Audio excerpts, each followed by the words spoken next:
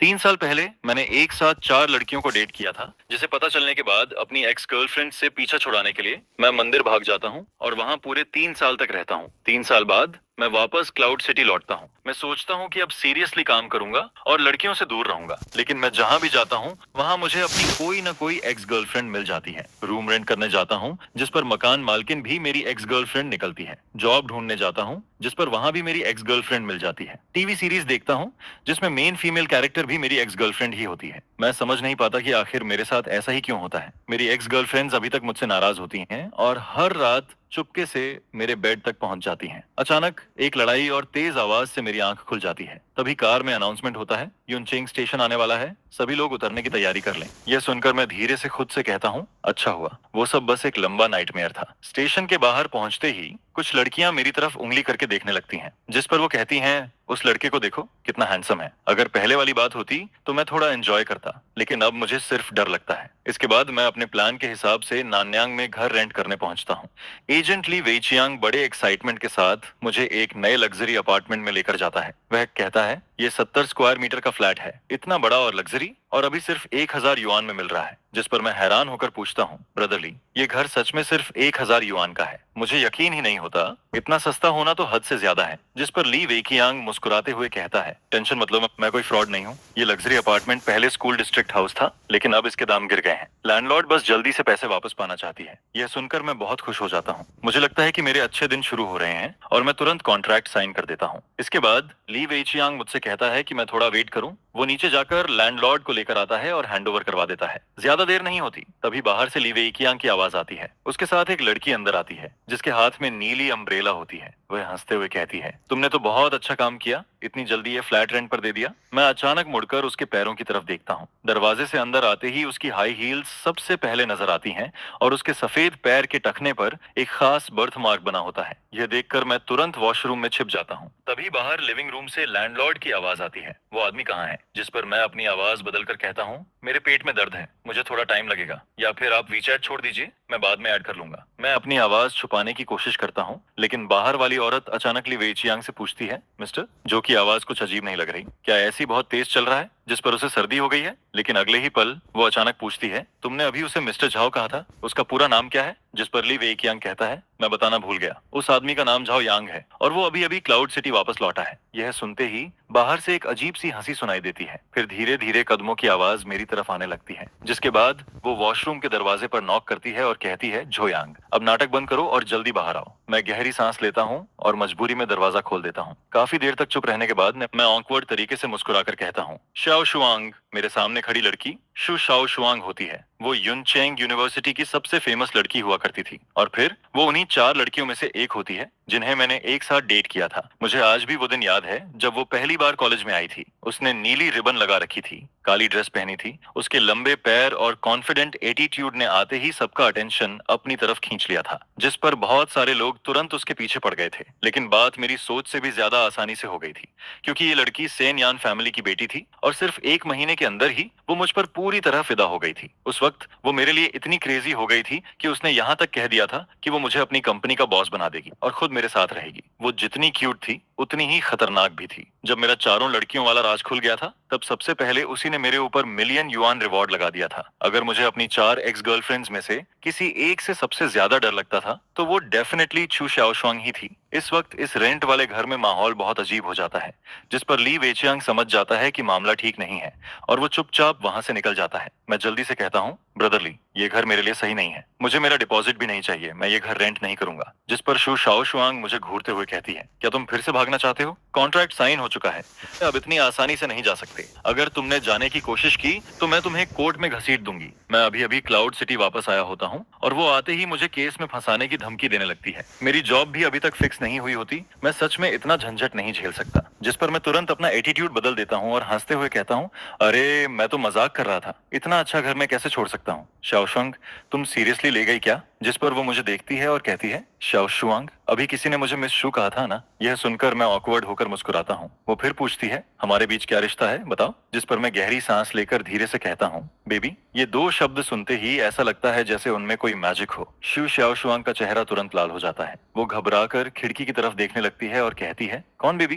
क्या हम इतने क्लोज हैं? पास खड़ा ली वेइचियांग हमें ऐसे देखता है जैसे वो पत्थर बन गया हो। मुझे डर लगता है कि कहीं अगले ही पल शू शाओ शुआंग फिर से नाराज होकर चली न जाए। जिस पर मैं तुरंत बात बदल देता हूँ, रेंट की बात करता हूँ और उसे वीचैट पर 5,000 युआन ट्रांसफर कर देता हूँ। लेकिन वो जाने का कोई इरादा नहीं दिखाती, बल्कि वो धीरे धीरे मेरे और करीब आने लगती है। उसकी खुशबू सीधा मेरी सांसों तक पहुंचती है। फिर वो मुझे देखकर कहती है, क्या तुम चाहते हो कि मैं ऐसे ही चली जाऊं? यह सुनकर अपनी जान बचाने के लिए मैं फैसला करता हूं कि अब सच बोल देना ही सही रहेगा। जिस पर मैं कहता हूं, शाओशुआंग, मैं पिछले 3 साल से 4 टेम्पल्स में था। मैंने वहां बहुत कुछ सीखा है। मैं सच में तुम्हारा बहुत शुक्रगुजार हूँ। मुझे पता है कि मैंने तुम्हारे साथ बहुत गलत किया था, लेकिन मैं कसम खाता हूँ अब आगे से मैं कभी किसी के साथ ऐसा नहीं करूंगा। मैं बस इतना कहना चाहता हूँ कि मैं अब अपनी बीमारी से ठीक हो चुका हूँ, इसलिए प्लीज मुझे परेशान मत करो। यह सुनकर शू शाओ शुआंग कुछ देर के लिए चुप रह जाती है।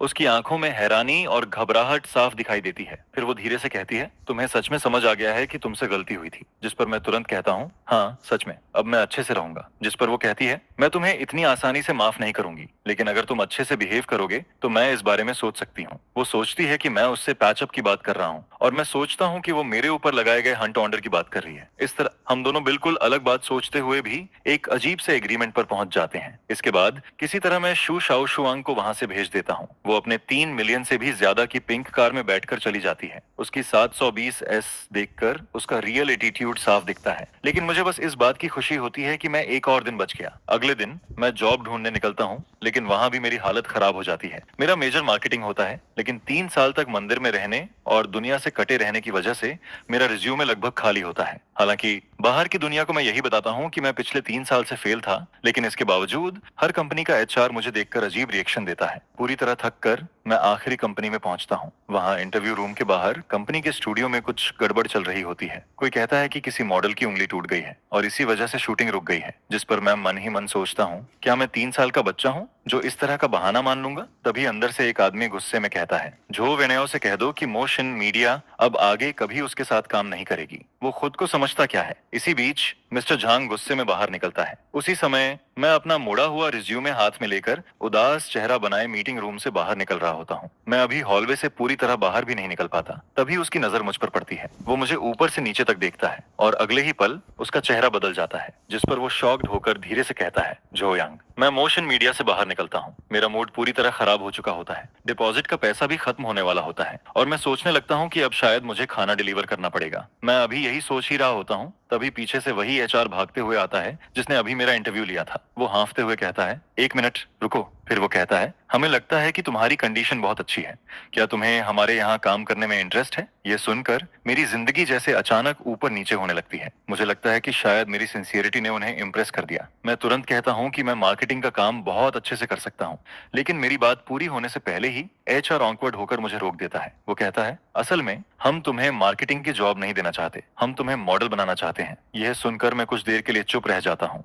कॉलेज के टाइम पर भी किसी ने मुझे मॉडल बनने के लिए कहा था, लेकिन तब मैं अपनी 4 गर्लफ्रेंड्स के बीच इतना उलझा हुआ था कि मेरे पास बिल्कुल टाइम नहीं था। लेकिन अब सिचुएशन अलग होती है। यहाँ बेसिक सैलरी 8,000 होती है, ऊपर से कमीशन और डिविडेंड भी मिलता है, जबकि मार्केटिंग में सिर्फ 6,000 की सैलरी मिलती है। जिस पर मैं बिना कुछ सोचे तुरंत कॉन्ट्रैक्ट साइन कर देता हूँ। सर्वाइवल के लिए मैं मॉडल क्या, जरूरत पड़े तो ईंट भी उठा सकता हूँ। इसके बाद वो लोग मुझे एक प्रोफेशनल स्टूडियो में लेकर जाते हैं। मुझे लगता है कि शायद पहले कोई आसान ट्रेनिंग होगी, लेकिन वहां मौजूद लोग मुझे ऐसे देखने लगते हैं जैसे मैं कोई बहुत कीमती चीज हूँ। खासकर झोंग कोई नाम का फोटोग्राफर मुझे देखकर बार बार हैरान होता है। फिर वो लोग मुझे तेज लाइट्स के सामने खड़ा कर देते हैं और मेरी ऑकवर्ड मॉडलिंग करियर शुरू हो जाती है। लेकिन मुझे बिल्कुल नहीं पता होता कि इसके पीछे मिस्टर झांग का हाथ होता है। वही मिस्टर झांग जिसने कुछ देर पहले मेरे रिज्यूमे का मजाक उड़ाने वाले एचआर को डांटा था। इस वक्त वो दरवाजे की हल्की सी दरार से मुझे देख रहा होता है। उसकी आंखों में बहुत कॉम्प्लिकेटेड फीलिंग्स होती हैं। वो मुझे पोज करते हुए देखता है और धीरे से अपने होंठ काटता है। फिर वो मन ही मन कहता है, बेवकूफ, क्लाउड सिटी लौटकर भी मेरे पास नहीं आया। और यही मिस्टर जांग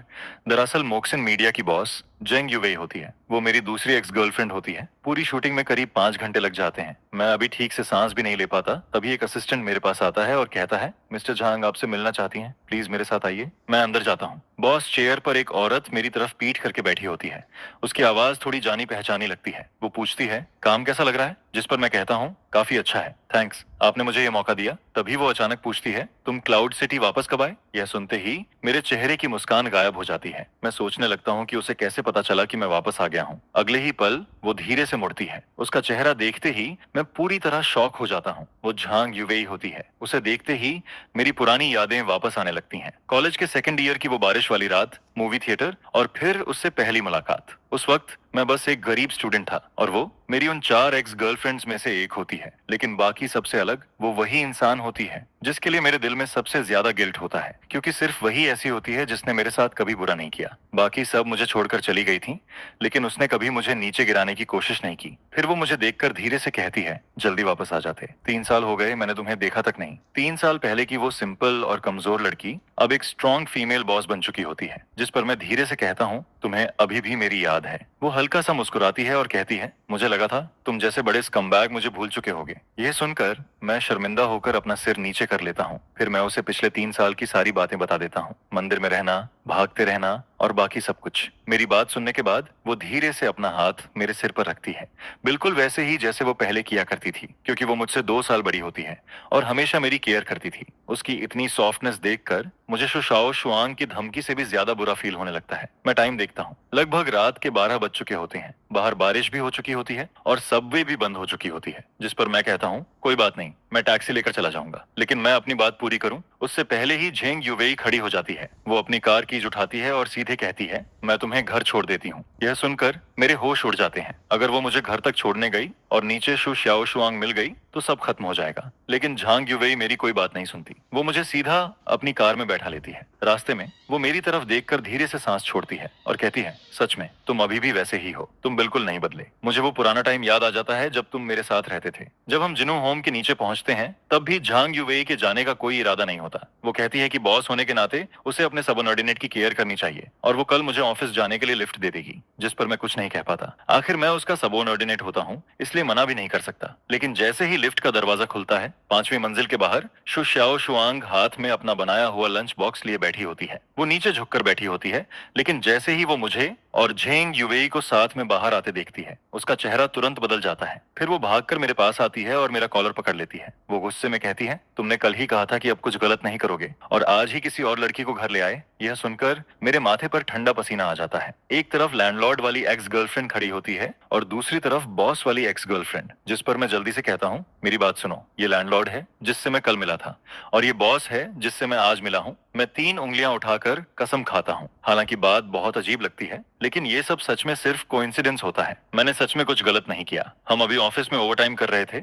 और ये बस मुझे घर छोड़ने आई है। जिस पर झांग युवेई भी मेरी बात मान लेती है। वो कहती है कि हाँ, हम ओवरटाइम कर रहे थे। लेकिन फिर वो शु शाओ शुआंग की तरफ देखकर कहती है, लेकिन तुम लैंडलॉर्ड होकर आधी रात को यहाँ क्या कर रही हो? रेंट लेने आई हो क्या? जिस पर शु शाओ शुआंग तुरंत कहती है, ये मेरा घर है, मैं जब चाहूँ यहाँ आ सकती हूँ। फिर वो दोनों एक दूसरे को घूरती हैं, जिसके बाद शु श्याओ शुआंग कहती है, अगर मिसअंडरस्टैंडिंग है तो अंदर चलकर बात करते हैं, मैं आज रात झाओ यांग के साथ यहीं रहूंगी। जिस पर झांग युवेई भी तुरंत कहती है, अगर तुम आ सकती हो तो मैं भी आ सकती हूँ, मुझे भी इससे बहुत सारी बातें करनी है। और फिर दोनों आपस में एग्री कर लेती हैं। लेकिन किसी ने भी मुझसे नहीं पूछा होता कि मैं क्या चाहता हूँ। 3 दिन पहले मंदिर में एक मॉन्क ने मुझे वार्निंग दी थी कि मुझे लड़कियों से दूर रहना चाहिए। लेकिन अब मैं इस सोफा पर बैठा होता हूँ। मेरे बाएं तरफ लैंडलॉर्ड एक्स गर्लफ्रेंड शु श्याओ शुआंग बैठी होती है और दाएं तरफ बॉस एक्स गर्लफ्रेंड झांग युवेई बैठी होती है। मैं मन ही मन कहता हूँ, हे भगवान, अब मुझे कौन बचाएगा? इस अजीब और भारी माहौल को खत्म करने के लिए मैं कहता हूँ कि चलो लेट नाइट स्नैक खाते हैं। जिस पर श्याओ शुआंग मुझे वो लंच बॉक्स देती है। वो बहाना बनाती है कि वो इसे बस रास्ते में लेकर आई थी। लेकिन जैसे ही मैं लंच बॉक्स खोलता हूँ, उसके अंदर वही शेड्रेड पोक होता है जो कॉलेज में मेरा फेवरेट हुआ करता था और वो अभी भी गर्म होता है। ये देखकर मुझे समझ आ जाता है कि वो काफी देर से मेरा इंतजार कर रही थी। लेकिन दूसरी तरफ यूवे भी पीछे नहीं रहती। वो सीधे टेक अवे ऐप खोलती है और याके चुआन के साथ बियर ऑर्डर कर देती है। थोड़ी देर बाद 3 बड़े बॉक्सेस बियर के आ जाते हैं। डिलीवरी वाला अंदर बैठी 2 खूबसूरत लड़कियों को देखकर मुझे बहुत रिस्पेक्ट से देखता है, जिस पर मैं सिर्फ ऑकवर्ड होकर मुस्कुराता हूँ। कुछ देर बाद हम तीनों साथ में खाना खाने लगते हैं। मैं श्याओ शुआंग के हाथ का बना हुआ खाना खाता हूँ। वही पुराना टेस्ट मुझे फिर से याद आ जाता है, जिस पर मेरे दिल में गिल्ट और भी ज्यादा बढ़ जाता है, क्योंकि वो दोनों मेरे साथ इतना अच्छा बिहेव करती हैं और मैं ही सबसे बड़ा बेवकूफ होता हूँ। इसके बाद मैं लगातार बियर पीने लगता हूँ। मैं खुद को रोक नहीं पाता, एक के बाद एक बोतल खत्म कर देता हूँ, फिर एक बियर कैन उठाकर उसे भी एक ही बार में पी जाता हूँ। थोड़ी ही देर में मुझे शराब चढ़ जाती है। मैं नशे में खुद को थप्पड़ मारता हूँ और लड़खड़ाती हुई आवाज में बोलने लगता हूँ, मैं अच्छा इंसान नहीं हूँ, लेकिन आगे से अगर तुम दोनों को कभी कोई परेशानी हुई तो मैं जरूर तुम्हारी हेल्प करूंगा। इसके बाद मुझे कुछ भी ठीक से याद नहीं रहता। मुझे बस इतना याद रहता है कि शिव शाओशुआंग और झांग युवेई दोनों मिलकर मुझे उठाकर बेड तक लेकर जाती हैं, जिस पर युवेई धीरे से मुझे कंबल ओढ़ा देती है और मेरे सिर पर हाथ फेरती है। उसी समय मुझे शु शाओशुआंग की आवाज सुनाई देती है।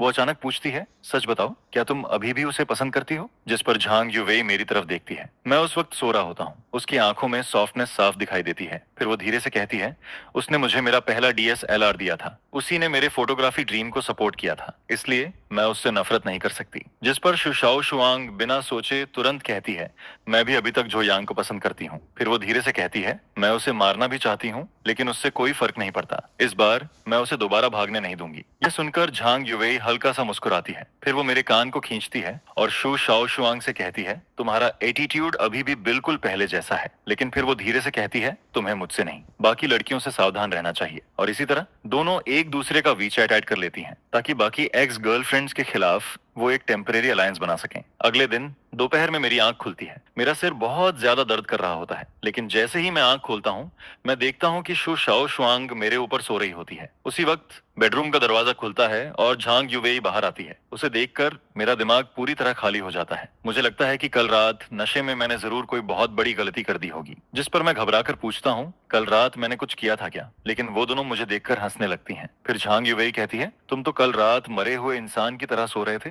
कुछ भी नहीं हुआ। यह सुनकर मैं राहत की सांस लेता हूँ। आज झांग युवेई अच्छे मूड में होती है, इसलिए वो मुझे एक दिन की छुट्टी दे देती है। कंपनी जाने से पहले वो पूरे घर को अच्छे से साफ भी कर देती है। फिर जाते जाते मुझे वार्निंग देती है कि उसके ना रहने पर मैं कोई गड़बड़ ना करूं। इसके बाद शिव शाओशुआंग भी उठ जाती है और जैसे ही उसे कल रात की अपनी बात याद आती है, उसका चेहरा तुरंत लाल हो जाता है, क्योंकि उसने खुद कहा था कि वो अभी भी झो यांग को पसंद करती है। यह सोचकर वो शर्म से कहीं छिप जाना चाहती है। जिस पर मैं धीरे से कहता हूँ, शाओशुआंग तुम उठ गई। फिर मैं उससे पूछता हूँ, तुमने और झांग युवेई ने कल रात क्या बात की थी? जिस पर वो मुझे घूर कर कहती है, बहुत सारी बातें, जैसे कि तुम्हें सोते हुए ही मार देना चाहिए या नहीं। यह सुनकर मेरी रीढ़ की हड्डी तक ठंडी पड़ जाती है। मैं मन ही मन कसम खाता हूँ कि अब आगे से मैं कभी शराब नहीं पीऊंगा। इसके बाद सुबह की धूप कमरे में आ रही होती है। मैं चुपचाप शुशाओ शुआंग के पीछे खड़ा होकर उसके बाल ठीक करने लगता हूँ और उस पल मुझे ऐसा फील होता है जैसे मैं फिर से 3 साल पहले वाले दिनों में वापस पहुंच गया हूँ। आज दोपहर एक अच्छी मूवी लगी हुई है, जो यांग, चलो साथ में देखने चलते हैं। शु शाओशुआंग मुझे दोपहर में मूवी देखने के लिए बुलाती है,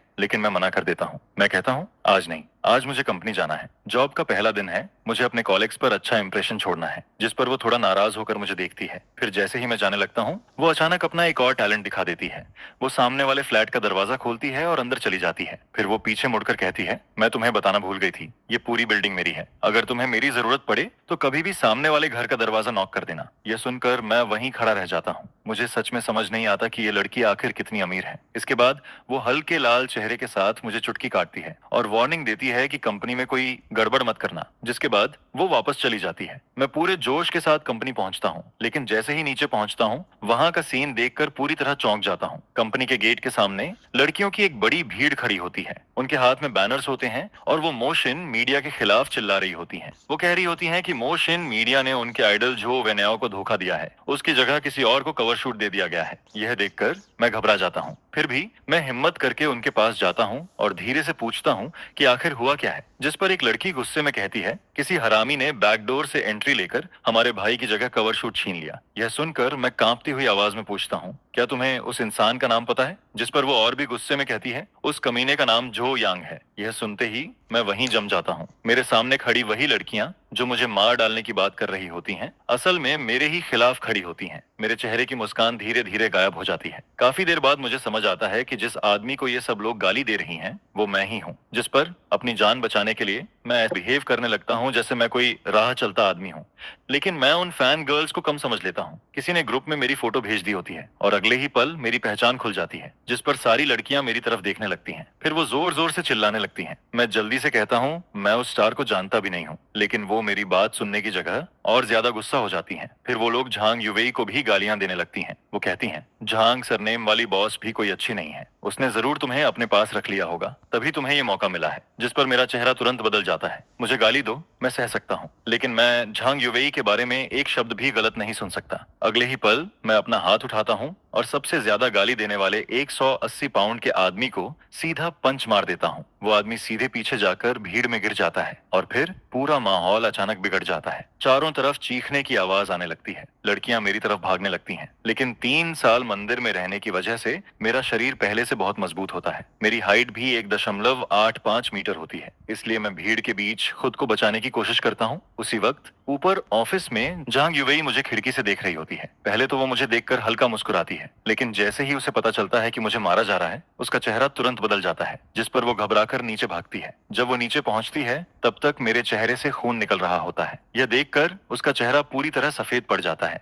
उसके दिल में बहुत दर्द होता है, लेकिन उसे इस बात का दुख नहीं होता कि मैंने उन लड़कियों को मारा। उसे इस बात का दुख होता है कि मेरी वजह से उसकी कंपनी को नुकसान हो सकता है, क्योंकि अगर ये बात हॉट सर्च पर चली गई तो मोशन मीडिया की 3 साल की मेहनत बर्बाद हो सकती है। जिस पर झांग युवेई जल्दी से मेरे पास आती है। वो दोनों हाथों से मेरा चेहरा पकड़ती है और चेक करती है कि मुझे कितनी चोट लगी है। जब उसे पता चलता है कि चोट ज्यादा नहीं है, तब वो अचानक गुस्से में कहती है, क्या तुम पागल हो? मैंने तुम्हें छुट्टी दी थी, फिर तुम कंपनी क्यों आए? जिस पर मैं धीरे से कहता हूँ, सिस्टर वेई, गुस्सा मत हो। फिर मैं कहता हूँ, तुम बस ये बोल देना कि मैं टेम्परेरी वर्कर हूँ, सारी गलती मेरे ऊपर डाल दो और मुझे निकाल दो। मैं सोचता हूँ कि वो कंपनी की वजह से परेशान है, इसलिए मैं उसे बचाना चाहता हूँ, लेकिन मेरी बात सुनकर वो कुछ देर के लिए चुप रह जाती है। ऐसा लगता है जैसे वो कुछ कहना चाहती है, लेकिन उससे पहले ही पुलिस मुझे पकड़ कर ले जाती है और अब मुझे 7 दिन की डिटेंशन होने वाली होती है। जैसा मैंने सोचा था वही होता है। थोड़ी ही देर में मीडिया कंपनी के एक मेल एम्प्लॉय और फीमेल फैंस के बीच हुई लड़ाई हॉट सर्च पर आ जाती है। हर तरफ न्यूज फैल जाती है। इंटरनेट पर ऐसे वीडियोस घूमने लगते हैं जिन्हें जानबूझकर एडिट किया गया होता है, जिस पर मुझे विलेन की तरह दिखाया जाता है, जैसे सारी गलती सिर्फ मेरी हो। उसी समय शाम को युंगवांग बिल्डिंग के नीचे एक ब्लैक नैनी कार आकर रुकती है। उसमें से एक लंबी खूबसूरत लड़की बाहर निकलती है। उसकी खूबसूरती देखते ही हर कोई उसे पहचान लेता है। वो पेरेंट्स होती है, एंटरटेनमेंट इंडस्ट्री की सबसे फेमस एक्ट्रेस। वो आज की सबसे बड़ी स्टार होती है और साथ ही इमोशन मीडिया की सबसे इंपॉर्टेंट आर्टिस्ट भी होती है। लिफ्ट में उसका असिस्टेंट उसे मेरे फाइट वाला हॉट सर्च दिखाता है। वो मजाक में कहता है, जो वेनाओ के फैंस को किसी ने पीट दिया। लेकिन जैसे ही पेरेंट्स उस वीडियो में मेरा चेहरा देखती है, उसका चेहरा अचानक बदल जाता है। उसके हाथ कांपने लगते हैं। फिर वो धीरे से पूछती है, इस आदमी का नाम क्या है? जिस पर असिस्टेंट कहता है, इसका नाम जो यांग है, ये मोशन मीडिया का नया मेल मॉडल है और अभी इसे पुलिस पकड़ कर ले गई है। यह सुनते ही पेरेंट्स की आंखों में एक अजीब सी चमक आ जाती है। फिर वो तुरंत कहती है, आज रात के अंदर जो यांग से जुड़ी सारी हॉट सर्च हटा दो। उसकी आवाज गुस्से और एक्साइटमेंट से कांप रही होती है। सारे मीडिया रिसोर्सेज इस्तेमाल करो, जो वेनाओ के सारे काले राज निकालो और उस फाइट वाली वीडियो का ओरिजिनल वर्जन भी ढूंढो। मैं चाहती हूँ कि जो वेनाओ अभी के अभी खत्म हो जाए। इस बार जो यांग ने किसी नॉर्मल मुसीबत को नहीं छेड़ा था। इस बार उसने सीधे अपनी एक्स गर्लफ्रेंड्स को मैदान में बुला लिया था। और जिस रात मैं लॉकअप में पहली बार सो रहा होता हूँ, उसी रात कुछ लोग पूरी रात जागने वाले होते हैं। उसी समय शु शाओशुआंग किचन में गाना गुनगुनाते हुए मेरे लिए पोटैटो बीफ स्टू बना रही होती है। वो पूरे खुश मूड में होती है, क्योंकि वो सोच रही होती है कि मैं बाहर आते ही उसके साथ मूवी देखने जाऊंगा। लेकिन तभी झांग युवेई का वीचैट मैसेज आता है। उसमें लिखा होता है कि झाओ यांग लड़ाई की वजह से 7 दिन के लिए अंदर चला गया है। यह सुनते ही शु शाओशुआंग का पूरा मूड खराब हो जाता है। उसका सारा स्वीट सपना उसी वक्त टूट जाता है और जैसे ही उसे पता चलता है कि यह सब झो वेनाओ नाम के एक ट्रैफिक स्टार की वजह से हुआ है, उसकी आंखें तुरंत ठंडी हो जाती हैं। जिस पर वो तुरंत किसी को फोन लगाती है और कहती है, मुझे तुमसे एक काम करवाना है। उधर उसी वक्त झो वेनाओ एक आलीशान मैंशन में लगभग 50 साल की एक औरत के साथ जश्न मना रहा होता है।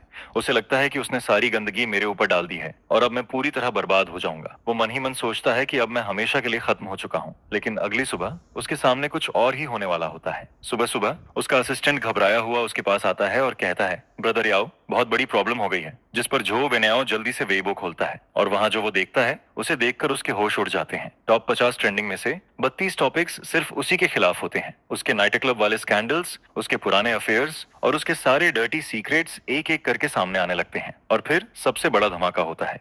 उसकी उस उम्र दराज औरत के साथ वाली हाई डेफिनेशन फोटोज पूरी इंटरनेट पर फैल जाती हैं। लेकिन सबसे ज्यादा डेंजरस चीज होती है उस फाइट वाले केस का सच बाहर आना। पूरा ओरिजिनल वीडियो सामने आ जाता है और उसमें साफ दिखता है कि मैं किसी को बिना वजह नहीं मारता। मैं सिर्फ इसलिए फाइट करता हूँ क्योंकि उन्होंने मुझे मजबूर किया था। जिस पर पूरी पब्लिक ओपिनियन अचानक बदल जाती है। मैं विलेन से विक्टिम बन जाता हूँ और झो वेनाओ जिसकी इमेज पहले परफेक्ट थी वो एकदम नीचे गिर जाती है। उसके सारे ब्रांड डील्स कैंसिल हो जाते हैं, सारे एंडोर्समेंट्स खत्म हो जाते हैं और फिर यूनचेंग का सबसे बड़ा ब्लैक मटेरियल ग्रुप सीधा ऑर्डर देता है कि अब पूरे इंडस्ट्री में जो वेनाओ को बैन किया जाएगा। जिस पर जो वेनाओ अपने बेड पर बैठा रह जाता है। उसका चेहरा पूरी तरह सफेद पड़ जाता है। उसे समझ ही नहीं आता कि उसने आखिर किस इंसान को नाराज कर दिया। उसे बिल्कुल नहीं पता होता कि उस ब्लैक मटेरियल ग्रुप का चेयरमैन शु डागुओ होता है और जो शु शाओशुआंग मेरे लिए किचन में खाना बना रही होती है वो उसी शु डागुओ की बेटी होती है। उसने मुझसे नहीं, मेरी एक्स गर्लफ्रेंड से पंगा ले लिया था और इस बार उसने गलत इंसान को छेड़ दिया था। 7 दिन बाद मेरी डिटेंशन खत्म हो जाती है। मैं सोच रहा होता हूँ कि अब बाहर निकलते ही मेरी जिंदगी पूरी तरह खराब हो जाएगी, क्योंकि मैं नहीं चाहता कि झांग युवेई की कंपनी पर कोई असर पड़े। इसलिए मैं फैसला करता हूँ कि सारी गलती मैं अकेले अपने ऊपर ले लूंगा। लेकिन जैसे ही मैं पुलिस स्टेशन से बाहर निकलता हूँ वहाँ रिपोर्टर्स की भीड़ खड़ी होती है, जिस पर मैं कहता हूँ चाहे वार्निंग देना हो या फाइट करना, सब मैंने अपनी मर्जी से किया था। मुझे बस जो विनय पसंद नहीं था, इसलिए मैंने उसे मारा। मैं सोचता हूँ कि अब सब लोग मुझे गालियां देंगे, लेकिन उल्टा रिपोर्टर्स मुझे अजीब नजरों से देखने लगते हैं। कुछ लोग तो मुझे थम्स अप तक दे देते हैं। यह देखकर मैं पूरी तरह कंफ्यूज हो जाता हूँ। उसी समय झांग युवेई जल्दी से कार लेकर वहां पहुंचती है। वो मुझे बैठाती है और मुस्कुराते हुए कहती है, अपना फोन देखो। जिस पर मैं फोन खोलता हूँ और मुझे पता चलता है कि इन 7 दिनों में पूरी दुनिया बदल चुकी होती है। जो वेनाओ के सारे सीक्रेट्स बाहर आ चुके होते हैं, उसके अफेयर्स, उसके लाइज, उसकी चीटिंग, सब कुछ इंटरनेट पर फैल चुका होता है। और मैं, जिसने गुस्से में किसी को मारा था, अचानक लोगों की नजर में हीरो बन गया होता हूँ। जिस पर झांग युवेई अचानक कार रोक देती है। फिर वो मेरी तरफ देखती है। उसकी आंखें थोड़ी नम होती हैं। फिर वो धीरे से पूछती है, जोयांग, मैंने उस दिन पूरी वीडियो देखी थी, क्या तुमने उनसे सिर्फ इसलिए फाइट की क्योंकि वो मुझे गालियां दे रहे थे? जिस पर मैं धीरे से कहता हूँ, वो लोग बहुत बुरा बोल रहे थे, लेकिन मैं अपनी बात पूरी करूं उससे पहले ही जेंग युवेई की आंखों से आंसू निकलने लगते हैं। वो मेरा हाथ पकड़ लेती है और कहती है, तो फिर तुमने मुझे पहले क्यों नहीं बताया? मैं उसे देखकर कुछ कहने ही वाला होता हूँ, लेकिन अगले ही पल वो अचानक मेरा सिर पकड़ लेती है और फिर उसके नरम होंठ सीधे मेरे होंठों पर आ जाते हैं। यह देखकर मैं पूरी तरह फ्रीज हो जाता हूँ। जिस पर झांग युवेई भी तुरंत लाल हो जाती है। फिर वो जल्दी से कार स्टार्ट करती है और मुझे वापस कंपनी लेकर जाने लगती है। लेकिन अंदर ही अंदर वो एक फैसला कर चुकी होती है। वो मन ही मन कहती है, सॉरी शाओशुआंग, लेकिन मैं अब भी झाओ यांग को छोड़ नहीं सकती। इसके बाद पूरी कार में अजीब सा माहौल हो जाता है। मैं बार बार अभी वाला किस याद करता रहता हूँ। 3 साल की मेहनत और कंट्रोल सब एक किस से टूटता हुआ महसूस होता है। उधर झांग युवेई भी स्टीयरिंग पकड़कर चुप बैठी होती है। ऐसा लगता है जैसे उसे भी अपनी हरकत पर शर्म आ रही हो। उसे डर होता है कि कहीं मैं उससे दूर ना हो जाऊं। कुछ देर बाद हम कंपनी पहुंच जाते हैं, लेकिन जैसे ही झांग युवेई कंपनी के बाहर खड़ी एक सफेद स्पोर्ट्स कार को देखती है, उसका चेहरा तुरंत बदल जाता है। वो बिना कुछ बोले मुझे सीधे फर्स्ट फ्लोर के मीटिंग रूम में धकेल देती है और कहती है कि मैं बाहर ना निकलूं, क्योंकि बाहर मेरी तीसरी एक्स गर्लफ्रेंड आ चुकी होती है। उसका नाम पेई ल्यूसी होता है। वो एंटरटेनमेंट वर्ल्ड की सबसे फेमस एक्ट्रेस होती है। जैसे ही वो अंदर आती है, वो सीधे पूछती है, जोयांग कहाँ है? उसके चेहरे पर एक अजीब सी स्माइल होती है, जिस पर झांग युवेई तुरंत कहती है, मैं तुम्हें उससे नहीं मिलने दूंगी। फिर वो गुस्से में कहती है, मैं किसी पागल इंसान को उसके पास नहीं जाने दूंगी, खासकर तुम्हें। क्योंकि झांग युवेई शुशाओशुआंग से तो नहीं डरती। उसे पता होता है कि शुशाओशुआंग बस गुस्सैल है, लेकिन पेई ल्यूसी अलग होती है। उसकी मेंटल कंडीशन बहुत अनस्टेबल होती है। वो सच में कुछ भी कर सकती है। वो मुझे नुकसान भी पहुंचा सकती है या खुद को भी। जिस पर पेई ल्यूसी पहले तो धमकी देती है कि वो पूरी कंपनी खत्म कर देगी, लेकिन जब झांग युवेई नहीं मानती तो अगले ही पल पेई ल्यूसी की आंखों में आंसू आ जाते हैं। वो ऐसे रोने लगती है जैसे अभी टूट जाएगी। लेकिन जब झांग युवेई फिर भी नहीं मानती, तब उसका चेहरा अचानक बदल जाता है। उसकी असली पागल स्माइल वापस आ जाती है। फिर वो बाहर खड़ी न्यूज वंस की तरफ इशारा करती है और कहती है, बाहर इतने सारे रिपोर्टर्स खड़े हैं, अगर उन्हें पता चल गया कि जो यांग मेरा एक्स बॉयफ्रेंड है तो क्या होगा? उसकी आवाज में अजीब एक्साइटमेंट होती है, क्योंकि पेई ल्यूसी ऐसी इंसान होती है जिसे फर्क नहीं पड़ता कि वो खुश रहेगी या नहीं। उसे सिर्फ इस बात की परवाह होती है कि वो झो यांग के साथ रह सके, चाहे उसके लिए दोनों को साथ में बर्बाद ही क्यों ना होना पड़े। इस पागल इंसान के सामने, जो न सिर्फ खुद को खत्म कर सकता है बल्कि मुझे भी अपने साथ खींच सकता है, झांग युवेई आखिरकार मेरी जान बचाने के लिए मजबूरी में अपना सिर झुका देती है। जिस पर वो कहती है, ठीक है, मैं तुम्हें उससे मिलने दूंगी। कॉन्फ्रेंस रूम के बाहर झांग युवेई पेई ल्यूसी को दरवाजे के अंदर जाने से पहले रोक देती है और इस टॉप एक्ट्रेस की बेहद अनस्टेबल मेंटल कंडीशन को देखकर युवेई जिद करती है कि वो सिक्योरिटी चेक स्टिक से उसकी तलाशी लेगी। जिस पर जैसे ही अलार्म बजता है, पे ल्यूसी को मजबूरी में अपनी कमर के पीछे छुपाया हुआ पतला सा नाइफ निकालना पड़ता है, जिसे वो जमीन पर फेंक देती है और फिर बड़े आराम से अंदर चली जाती है। दरवाजा खुलता है और मुझे लगता है कि यू वही आई है, लेकिन अगले ही पल पी ल्यूसी किसी पिंजरे से निकली हुई भेड़िए की तरह सीधे मुझ पर टूट पड़ती है और मुझे जमीन पर गिरा देती है, जिस पर वो मुझे कसकर पकड़ते हुए कहती है, ब्रदर झायोआंग, लोग तुम्हें बहुत मिस करते हैं। पी ल्यूसी बिल्कुल किसी क्लिंजी किटन की तरह मेरे सीने में छुप जाती है, लेकिन अगले ही पल वो अचानक अपना चेहरा उठाती है और दोनों हाथों से मेरे कंधे पकड़ लेती है। उसकी आंखें पूरी तरह पागलपन से भरी होती हैं, जिस पर वो पूछती है, तुम मुझे 3 दिन पहले छोड़कर क्यों गए थे? क्या इसलिए क्योंकि मैं उतनी खूबसूरत नहीं हूँ, या फिर इन 4 बदबूदार औरतों की वजह से? बोलो। जिस पर मैं मजबूरी में अपना हाथ बढ़ाकर उसके सिर पर थपकी देता हूँ और अगले ही पल वो पागल लड़की फिर से शांत हो जाती है, जो देखकर वो फिर से एक छोटी सी दुखी लड़की की तरह रोने लगती है। यही है पे ल्यूसी, मेरी तीसरी एक्स गर्लफ्रेंड, एक ऐसी औरत जिसके दिमाग में थोड़ा प्रॉब्लम है, जिस पर वे शीली को देखकर मैं अपने फर्स्ट ईयर की उस पहली मुलाकात को याद करने लगता हूँ। उस समय फिल्म स्कूल में उसे बाकी लोग बहुत परेशान करते थे और वो जोर से मेरे पास आकर मेरा कांटेक्ट मांगती है, जिस पर मैं दूर खड़े उन लोगों को देखकर हंस देता हूँ जो उसका मजाक उड़ा रहे होते हैं, और फिर मैं सीधे उससे कहता हूँ, अगर तुम नहीं चाहती कि लोग तुम्हें परेशान करें तो तुम्हें खुद मजबूत बनना पड़ेगा। लेकिन उस समय मुझे नहीं पता था कि वो सिंगल पेरेंट फैमिली में बड़ी हुई है और उसकी माँ ने उसे करेक्शन स्कूल भेज दिया था, जहाँ कई सालों तक उसका ब्रेन वॉश और सप्रेसियन होता रहा था। मेरी वो बात उसके अंदर छुपे हुए मॉन्स्टर को बाहर निकालने वाली चाबी बन जाती है, जिस पर उसी दिन उसने अपने 5 रूममेट्स को घायल कर दिया था और बाद में मुझे सिर्फ एक मैसेज भेजती है, जिसमें लिखा होता है, मैंने उन्हें मारा और मैं वापस आ गई। गुड जॉब, है ना? इसके बाद उसकी दुनिया में सिर्फ 2 लोग बचते हैं, वो और मैं। शुरुआत में जब मैं उसके साथ था, तब मुझे सिर्फ इतना लगता है कि पे ल्यूसी बहुत ज्यादा पॉजिटिव है, जिस पर फर्स्ट ईयर में ही मैं उससे ब्रेकअप करना चाहता था, लेकिन तभी मैं उसे पागलों की तरह बेकाबू होते देखता हूँ। वो एक डैगर पकड़कर मुझे होटल रूम में बंद कर देती है और वो पागल एक्सपीरियंस ऐसा था जिसकी वजह से मैं दोबारा कभी ब्रेकअप का नाम लेने की हिम्मत नहीं करता। इसके बाद मैं उसकी नेचर को समझ जाता हूँ। हालांकि उसकी मेंटल कंडीशन खराब है, लेकिन उसका दिल सॉफ्ट है, हार्ड नहीं। अगर उसे 2 प्यार भरी बातें बोल दो और उसके सिर पर हाथ फेर दो तो वो आसानी से मान जाती है। और उस समय जब मेरी 4 लड़कियों के साथ रिलेशन होने वाली बात सामने आ गई थी, तब मैं 50% इसलिए भागा था क्योंकि मुझे डर था कि कहीं वो मुझे मार ना दे। और इस समय वो मेरे सीने पर लगातार मुक्के मार रही होती है और रोते हुए कहती है, तुम घटिया आदमी, तुम भागे क्यों थे? जिस पर मैं कहता हूँ, क्या मैं इसलिए नहीं भागा था क्योंकि मुझे डर था कि तुम गुस्सा हो जाओगी? यह सुनकर मुझे फिर से यकीन हो जाता है कि चारों एक्स गर्लफ्रेंड्स में सबसे खतरनाक वही है, लेकिन सबसे आसान भी वही है। मैं बस उसे 2 प्यार भरी बातें कहता हूँ और उससे वादा करता हूँ कि मैं आगे भी क्लाउड सिटी में ही रहूंगा। जिस पर वो अगले ही पल किसी गुस्से वाली लड़की से शांत इंसान बन जाती है, लेकिन फिर भी वो तभी मानती है जब मैं उसे किस करने वाला होता हूँ। इसके बाद जब हम दोनों जमीन पर बैठे हुए फ्यूचर की बातें कर रहे होते हैं, तभी वो अचानक कुछ बैंक कार्ड्स निकालती है और फिर वो अपनी पिछले 3 साल की सारी कमाई मुझे दे देती है, जिस पर वो कहती है, ये सब तुम्हारे लिए है ताकि तुम्हें आगे कभी काम न करना पड़े। ठीक है? एक इतनी फेमस एक्ट्रेस की इतनी बड़ी सेविंग को देखकर भी मैं बिना सोचे उसे मना कर देता हूँ, क्योंकि वो मुझे सपोर्ट नहीं करना चाहती, वो सच में मेरा ख्याल रखना चाहती है। जिस पर मैं उससे कहता हूँ, तुम अपनी स्टार वाली लाइफ जीती रहो और मैं यहाँ अपना काम करता रहूंगा, लेकिन मैं तुमसे प्रॉमिस करता हूँ, जब भी तुम मुझे ढूंढने आओगी मैं हमेशा यहीं मिलूंगा। यह सुनकर वो चुपचाप मेरे सीने में आकर लिपट जाती है और आखिरकार वो अपने अंदर की वो एक्सट्रीम कंट्रोल वाली चाहत को थोड़ा छोड़ देती है। उसी समय झांग युवई दरवाजे पर नॉक करती है और याद दिलाती है कि बाहर के रिपोर्टर्स अब अंदर घुसने वाले हैं, जिस पर मुझे समझ आता है कि ये सारे रिपोर्टर्स असल में पे ल्यूसी ही लेकर आई थी ताकि झांग युवई मजबूरी में उसे मुझसे मिलने दे। इसके बाद मैं सिस्टर वेई से माफी मांगने के लिए कहता हूँ, जिस पर पे ल्यूसी पहले तो इंस्टिंक्टिवली मुंह बना देती है, लेकिन मेरी तरफ देखकर तुरंत मान जाती है। जिस पर वो कहती है, ठीक है, मैं माफी मांग लूंगी, आगे से तुम जो कहोगे मैं वही करूंगी। इसके बाद मैं सेफ तरीके से कॉन्फ्रेंस रूम से बाहर निकल आता हूँ, जिस पर झांग युवई आखिरकार राहत की सांस लेती है